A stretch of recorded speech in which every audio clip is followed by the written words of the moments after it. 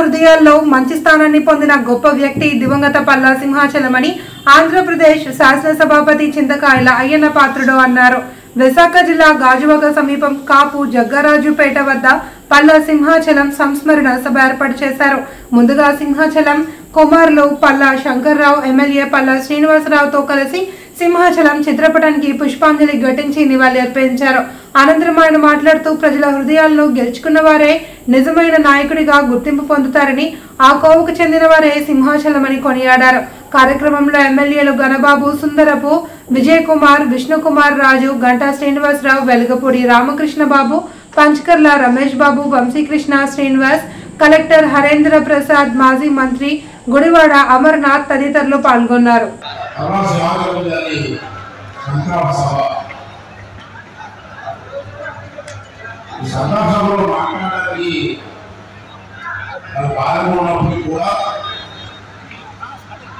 అతని గురించి ఈ తరంలో అలాగే రాబో తరం కానీ ఈ తరం నుంచి ఆపేస్తారు. ఈ తరం నుంచి రాబోయే తరం కూడా కొంతమంది పెద్దలను చూసి నేర్చుకోవాల్సింది చాలా ఉంది. నేను చూస్తూ ఉంటాను. ఎందుకంటే ఈ మాట అన్నాను, సింహాచలం గారిని చూసి నేర్చుకున్నాను. ఆవిష్కరణ విద్య అప్పుడు 94లో అనుకుంటాము ఎమ్మెల్యేగా గెలిచారు. అంతకుముందు సర్పంచ్గా పనిచేశారు. నేను ఇంటర్మీడియట్ నర్సీపాడు చదువుకున్నప్పుడు నేను కూడా రాజకీయాలకు ఫ్యామిలీ వచ్చాను కాబట్టి నాకు రాజకీయ ఇంట్రెస్ట్ ఉన్నప్పుడు కూడా సింహాచలం గురించి చాలా విన్నాను.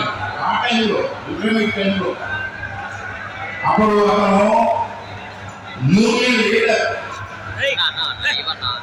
చదువుకున్న వాళ్ళు యూనియన్ లీడర్ అతని గురించి చాలా కథలుగా చెప్పుకున్నారు. ఒకసారి చదువుకోవాలి ఇంటర్మీడియట్ టైంలో అని చెప్పి నేను యూనియన్ యూనియన్ సిపిఆర్ యూనియన్ లీడర్గా ఉండేవారు. ఈ ప్రత్యేకంగా నేను చూశాను. చూసినప్పుడు అతను బుల్లెట్ ఉంది కదా, బుల్లెట్ తింటూ ఉండేవారు. నేను దూరంలో చూశాను. చాలా మంది అడిగే ఏంటి క్వాలిటీస్ అని. ఎవరికి ఆపద వచ్చినా, యూనియన్లో ఏ గొడవ వచ్చినా, కంపెనీ వాళ్ళు అన్యాయం జరిగినా ముక్తి సూటిగా మాట్లాడి వారు న్యాయం చేసేందుకు వ్యక్తి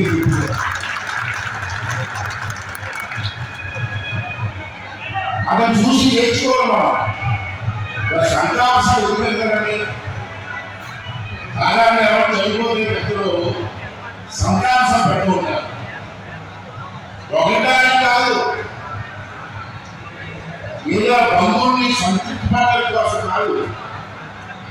అతనిలో మంచి క్వాలిటీస్, చెడు క్వాలిటీస్ కాదు, మంచి క్వాలిటీస్ ని మన తరం వారికి, రాబోయే తరం వారికి అందించడం కోసం సంతాప సభ.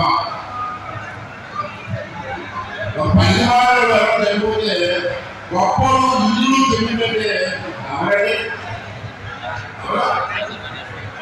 అదే కళాశాలంగా చెప్పాలంటే కొన్ని మంచి క్వాలిటీస్ పెట్టి అతను చూసి నేర్చుకొని నాయకత్వ లక్షణాలు సంపాదించడం కోసం ప్రయత్నం చేయాలి సభలో. అది సభలో ముఖ్య ఉద్దేశం. ఏదైనా సోదరుడు చాలా అదృష్టవంతుడు అక్కడ చదువుకుంటుండో చిన్న విషయం కాదు. కళాశాల టైంలో ఆ స్థాయికి ఉంటే మన శ్రీను ఎన్టీ రామారావు పార్టీ రాష్ట్రానికి